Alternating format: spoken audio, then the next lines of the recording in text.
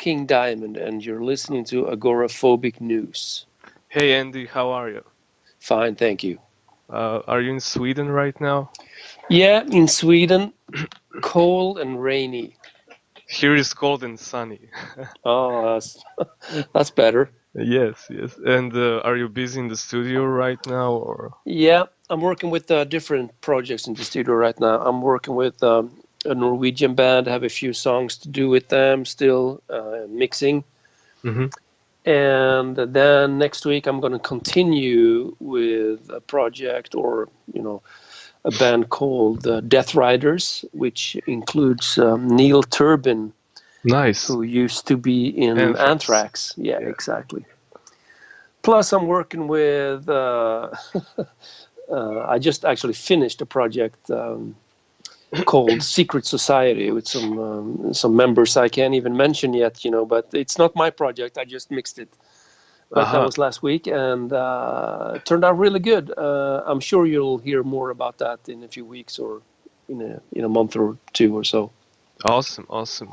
Hmm. And can we focus on your collaboration with Chuck Schuldiner first? Sure. Uh, Just what is like the first Death album that you heard? oh man, I can't even remember that. That has to be somewhere around, I would think, late 80s, maybe 88, 89, something like that. So it's Leprosy. Yeah, probably, because, I never really, to be honest to you, I never really listened to Death before they asked me to jump in on Uh-huh. that project. So it wasn't like I was a big fan or so, but, Chuck, back in the late 80s, he came down to a few of our shows and said hi. I didn't really reflect that much over that, then, but then later, a few years later, when they asked me to jump in on that project, he was like, "Hey, remember me? I came down there and said hi to you. Yeah, I remember Chuck and everything, but Uh-huh. I didn't really, think about it that much back then, as I did later when I joined them, or when I joined that recording actually. Yeah, yeah. And when did he get in contact with you to record individual? How did that happen? It was through the record label we had at that time, Road Racer or Roadrunner Records, because Hmm. Chuck, he was, he really liked King Diamond and everything, and he was a friend of Monty Connor at Roadrunner, and I think he asked Monty to take contact with me, and so Monty called me. This was probably October or November back in 1992, so it's a few years back, And Hmm. then he just said that, hey, Chuck from Death, they want to get in touch with you because they want you to do some solo work on their next album, which they're going to start recording in, I think it was maybe January 93 or something like that, they started. So, Uh-huh. and then, Chuck called me and everything was set up. And, a few months later, I was ready to go to Florida. Awesome. And you were there for like 10 days or? Yeah, 10, 12 days, something like that. And, the drums, rhythm guitars, and the bass were already recorded back then, So all I had to Uh-huh. focus on was the solo part, and that was Awesome. like, I can't even remember, but something like maybe 50% of the solo, something like that, maybe. Yeah. And I mean, your solos in that album are pretty amazing. I would like to say that Overactive Imagination solo is one of my favorites by far from that record. Do you All right. have any favorite solos from individual? Um, yeah, well, I think I agree with you there, because I know that there was when you listen to it now, it's like some solos that, oh, maybe I should have done a little different on that one and that one, but Hmm. um, I think I agree with you there. That's one of the better solos on that album, I believe, from my side. And what was it like to work with Chuck? I thought it was great. I mean, I came in. I did some preparation in Sweden before I traveled over. Of course, I listened to the parts, and I worked out some basic stuff. Then I sat in the hotel room over in Florida just doing my things, and I came in, after breakfast, whatever it was, and sat down, and recorded my stuff, and then went back to the hotel, just practice and practice. Yeah. And slowly, for the 10 days or 12 days I was there, I recorded like pretty much 1 or 2 solos per day, for that period. Mm-hmm. And it was very, very relaxed, I would say, so that was good. Yeah, and what was it like to work with Scott Burns? I thought it was Morrison? great. I thought it was really cool. Scott was a great guy. I mean, he still is, but he's not working in the record business anymore, right? Yeah, too bad. I mean, he's a Yeah. programmer or something like that. Yeah, But exactly. That's what I hear. but Jim Morris is still around. I Yeah, mean, I don't know if he's into metal anymore, but his studio is still working. So I guess if some Yeah, metal band would like to that's go right. there, that's it. That was a great studio, and we had a good time when we were there.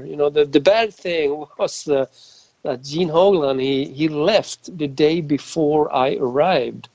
Do you know that he told me that like 3 days ago in the interview, and he told me that he saw you for the first time like 20 years after Exactly. in I think we met at the Grass 2013. Pub. Yeah, exactly. I think we Yeah. met at the Grass Pub or something like that just a few years back, and then it was like 20 years after we actually recorded that album.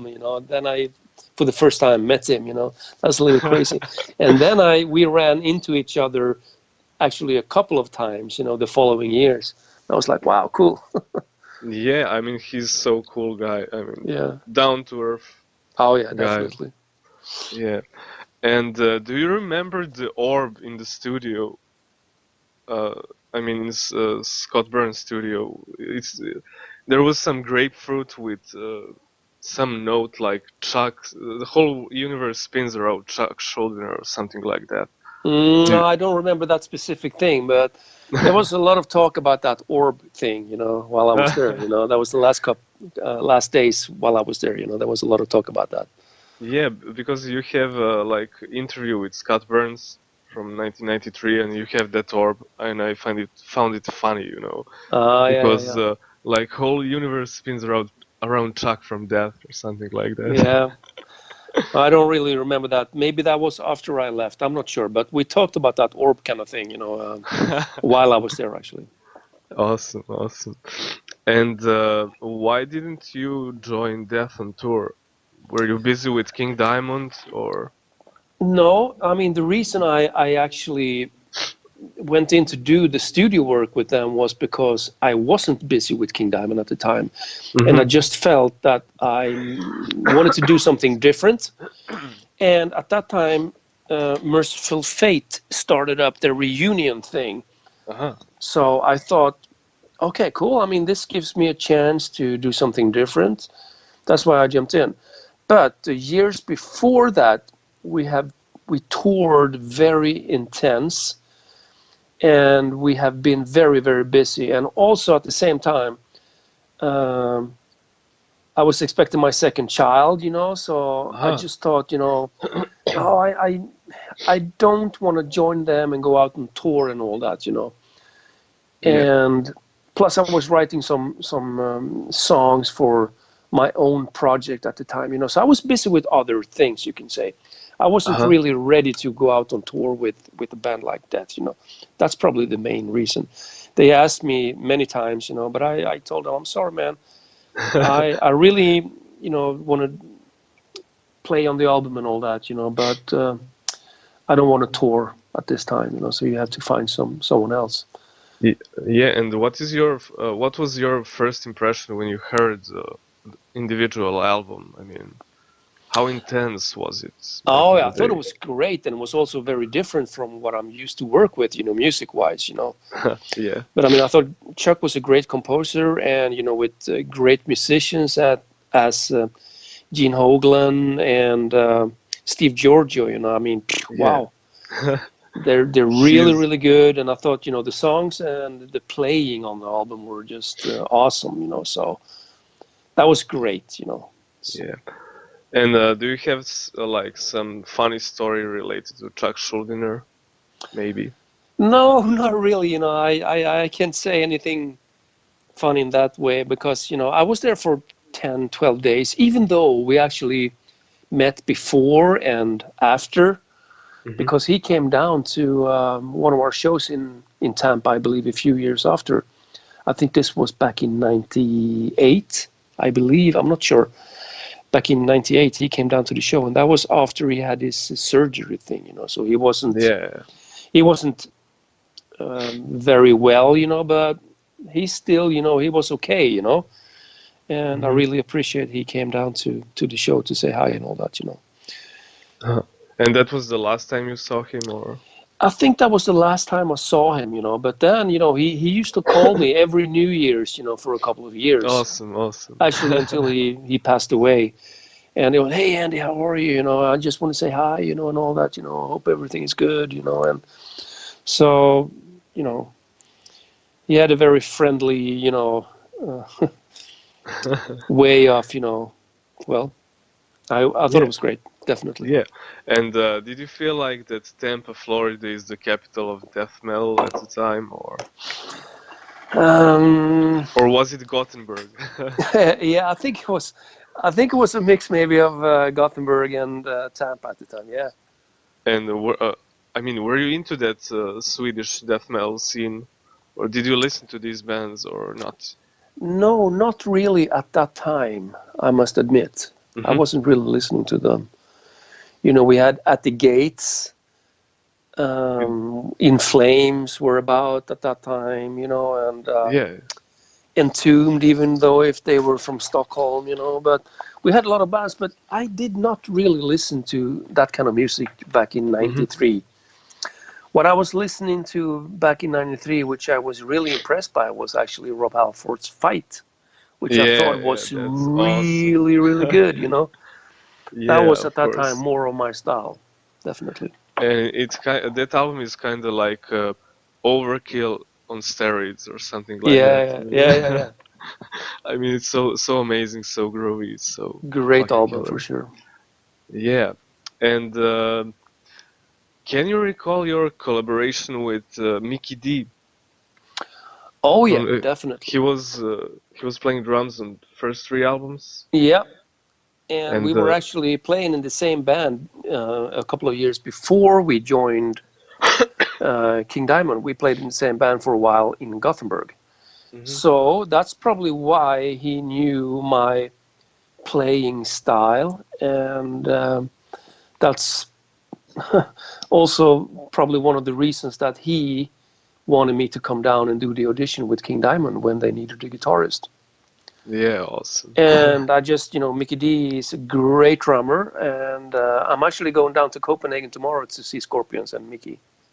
I will try to conduct an interview with him in Belgrade, but Mm-hmm. see what happens. Yeah, yeah, yeah. No, I mean he's still a great drummer, and I learned a lot by playing with him, because he's very, very, tight and keeps the timing the right way, and Mhm. all the small, things he's doing. I mean, he's just a great, great drummer. Yeah, of course. And I mean, this year it's like a 30th anniversary of Abigail. Yeah, Are you super proud of that album? I am really, because I listened to it the other day and listened to it from the beginning and the start, and it's a really good album. And you played that album in its entirety like 2 or 3 years ago, right? Yeah, we still did that. The last show we did for this year was in Santiago de Chile, Hmm. and we just got Awesome. back there about 2 weeks ago, and that was the last show for this year that we Uh-huh. played the whole Abigail show, and that was co-headline with Megadeth actually in Wow, Santiago. that's killer, man. Yeah, a lot of people, 14,000 people, in the stadium, and that was, yeah, that was really good. Wow, amazing.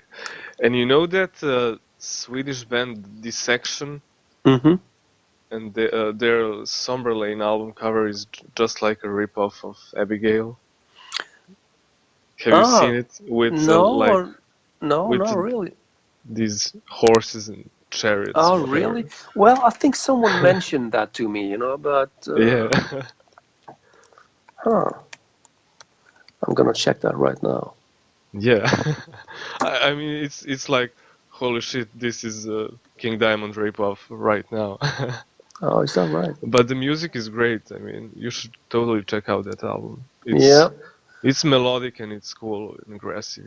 It's not Well, I'm not just really familiar with that album. I heard a few songs, but not really familiar with that album. yeah. Okay. And speaking of concept albums, what is like the scariest from the King Diamond opus, in your opinion? The scariest from the album, or what do you mean? I mean, the scariest concept, lyrical concept. Ah, I don't really know. Um, it takes a while to think about that, I believe. But I think scariest. I don't know. I mean, Abigail is pretty creepy, and Yeah, it is, man. I mean, if you. Puppet Master as well is kind of, Hmm. or the Eye. The Eye is fucking crazy. Yeah, I mean, all albums has its elements of those things, So it's really hard to pinpoint one. Hmm. And were people afraid of King Diamond back in the 80s or 90s? Some people were, yeah, but I think people thought that we were more extreme. I mean, 30 years ago than they do Of now. course, More yeah. now, it's like people see it as a theatrical, heavy metal show, which I think exactly that's the way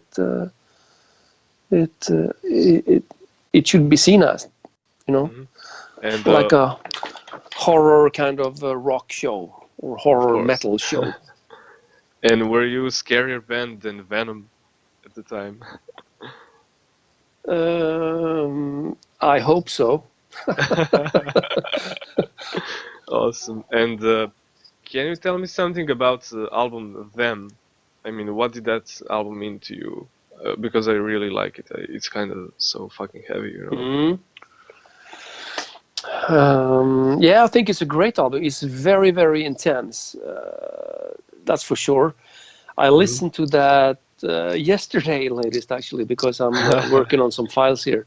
I listened to that, and it's like, wow, it's really, really intense. Doesn't give you many breaks or parts where you can kind of relax. I mean, it's changing atmosphere. The whole time. So it's a pretty crazy and intense album, that's for sure. And regarding the recording, that's the third album we did with King Diamond. Hmm. And right before we started recording that album, we had two new members in the band. That was Pete Black and Hal Patino. That Hmm. was just a few months before we started recording that. We went into the rehearsal room and just rehearsed really, really heavy.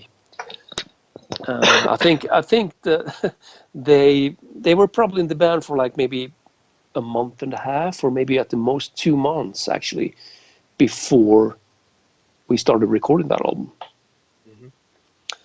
So they for sure had some intense time right before the recording. Awesome. And what about the Eye? I mean, that album is like full of keyboards. Was that like intentional stuff or? Yeah, that was just a natural way of doing that album. I mean, that's something that just turned out to be a lot of keyboards. Yeah, but It's is that like the trademark of that album? I mean, the keyboards? Because I really like the way the whole thing is executed. Yeah, we didn't really think about it that way. I mean, we just wrote the songs, and it's like, oh, it would be cool with some keyboards here and keyboards there. I mean, that's just a natural way of doing it back then, I believe. Mhm. And there is a song "Eye of the Witch," and it reminds me of Iron Maiden's "Mother Russia." I mean, the Uh-huh. the riff is pretty much the same. and I don't know who ripped off whom, but the melody is like pretty much, you know, Oh, really? similar. Okay. What song was that you said? Eye of the Witch, Yeah, but with Maiden. Mother Russia. I gotta check that. What? When was that? When was that released? I think it was in 1990 as well. Oh, really? Wow. Yeah, that's like why I got interested in that Oh, issue. So well, it's kind of cool. okay. I gotta check that out. No idea. I know that King is not a big Iron Maiden fan, so he could not have gotten it from there. That's for sure. Yeah, and I mean King Diamond and Merciful Fate as well have never been like never entered the pop phase like Judas Priest. And do you feel proud of that? I mean, because a lot of bands, you know, try to experiment and to do stuff that they don't even want to do just for the sake of money and blah blah. Yeah, that's one thing with King Diamond. We always did this for ourselves. You know, we never thought about, oh, let's make it like a pop song or more commercial or anything. I mean, we just write what feels good, you know, from the heart, Hmm. and then it turns out the way it does. We never Yeah. thought about, oh, we're gonna write a song that's gonna be played on radio now, you know, or so. You know, we never did that, Hmm. and I think, yeah, I think it worked fine, you know, the way we do it, you know. So, sure, Awesome. let's move on, you know. And is the album "The like the best-selling King Diamond record, or? Oh man, I don't really know. I don't really know that. I can't really say that. I don't know. It's Uh, probably of the one of the albums up there, uh, together with and Abigail and maybe them also. mhm. And in between 1990 and 1995, I mean, there is like a gap of 5 years. Yeah. That's like, what took you so long to make like an album after VI? Well, we started to write songs back in '92, I believe, Hmm. for Spider's Lullaby, but we didn't have a record contract at the time. And then back in '93, you know, Merciful Fate started to do their reunion. So that's also a thing that, you know, kind of, uh, well, they were busy with that, you know. So Yes, I yes. would say back in '94 when we got a contract, you know, that's when we started really moving on again with King Diamond. So Uh-huh. that was about, I would say, 4 years, because we started recording Spider's Lullaby in September or October 1994. Hmm. And are you happy with the production of Spider's Lullaby? Because it's kind of different. It's very different. I would say there are a lot of things that we could have done better.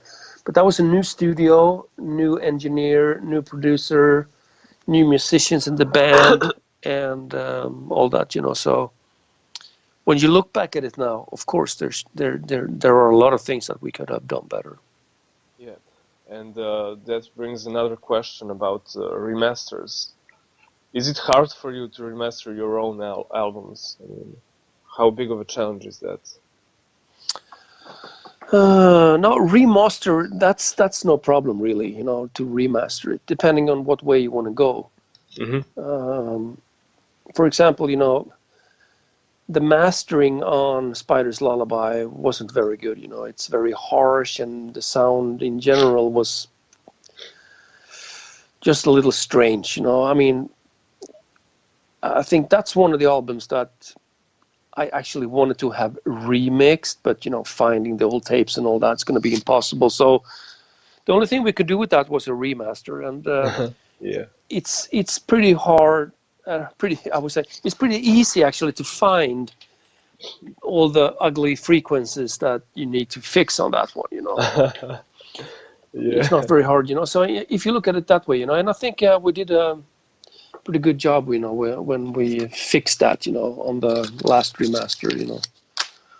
Awesome. Think about your influences, guitar-wise. My influences guitar wise, oh, there are so many. I don't know where to start, but Randy Rhoads of Ozzy Osbourne, Hmm. is one big influence.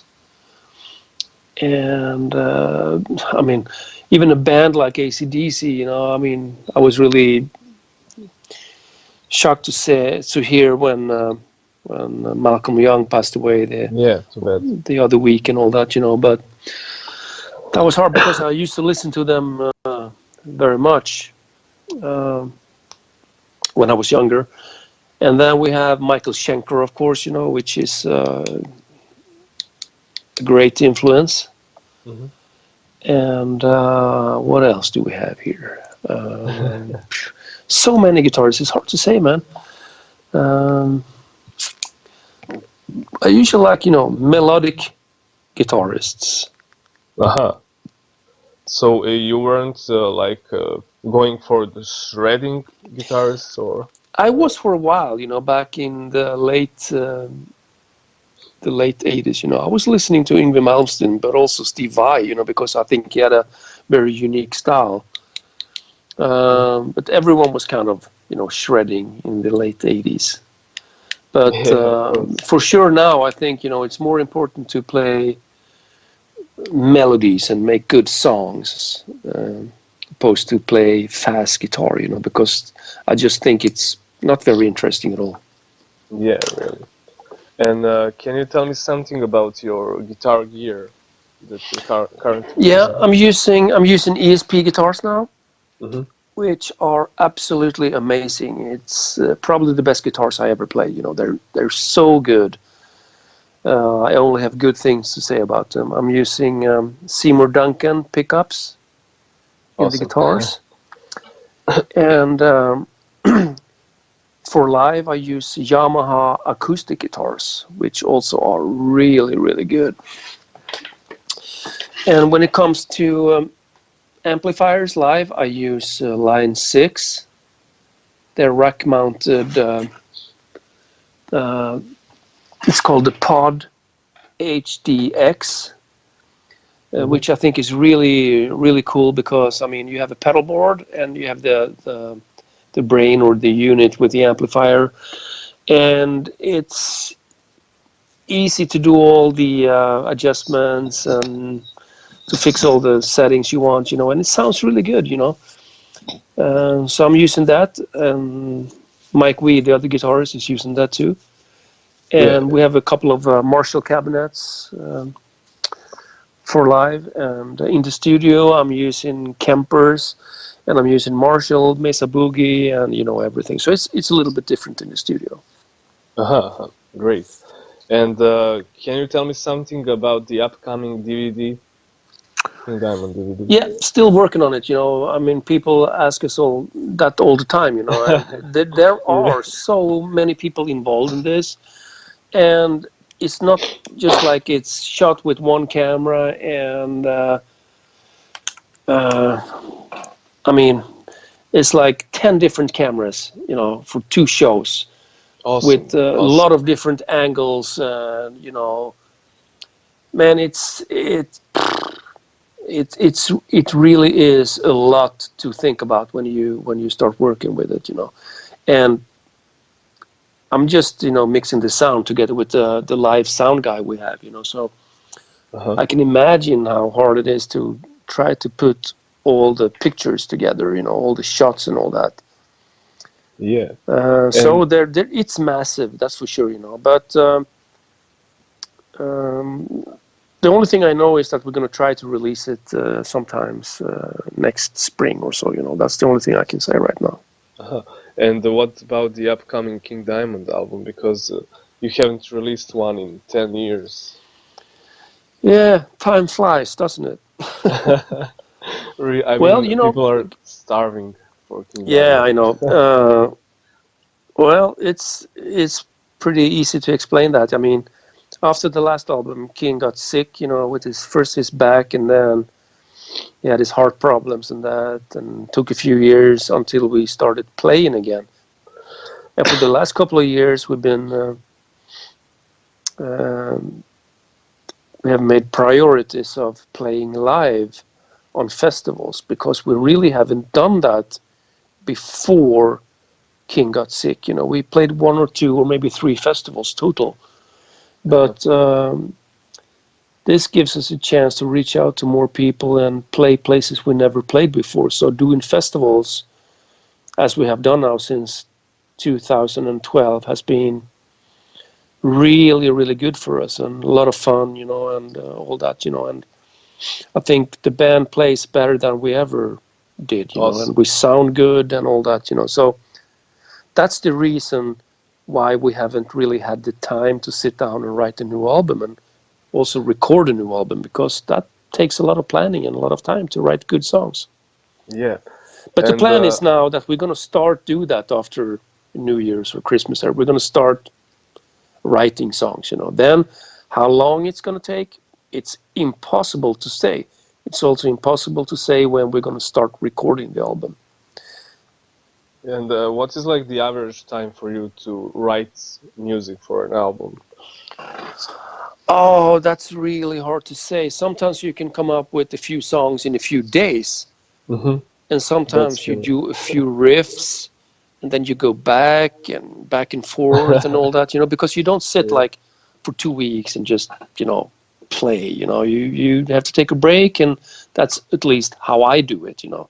Mm-hmm. Take a break, go back and listen, change a few things, you know, and redo things, and you come up with new riffs. So it's really hard to say how long, you know, it takes to write an album. It's impossible to say. Uh-huh. And are you into musical theory or? No, not really. I never been. You know, I just use my ears. That's awesome. Yeah, I tried to learn to read music when I was younger, but I thought it was so boring. I just want to play rock and roll, you know. So like, oh man, fuck that. You know, I want to play. I want to do it now, you know. So yeah, I skipped that. Yeah, it came out great, actually. Thanks. And what's like an album that you're the most proud of from King Dimond?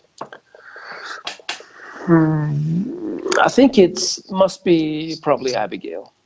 It's a great album in every way. I think, you know, the concept, the lyrics, the music, the songs, solos. You know, we captured a very good atmosphere on that album, which I think you actually can hear, you know, when you're listening to the album. You know, the sound is good, and you know, everything is just really good with that album. Do you have any last words for this interview? I hope we get down there soon to see you all. You know, I love touring, so I hope we see you guys down there soon. Great, man. So thank you so much for this interview. No problem. Okay, have a nice day, man. Hey, you too.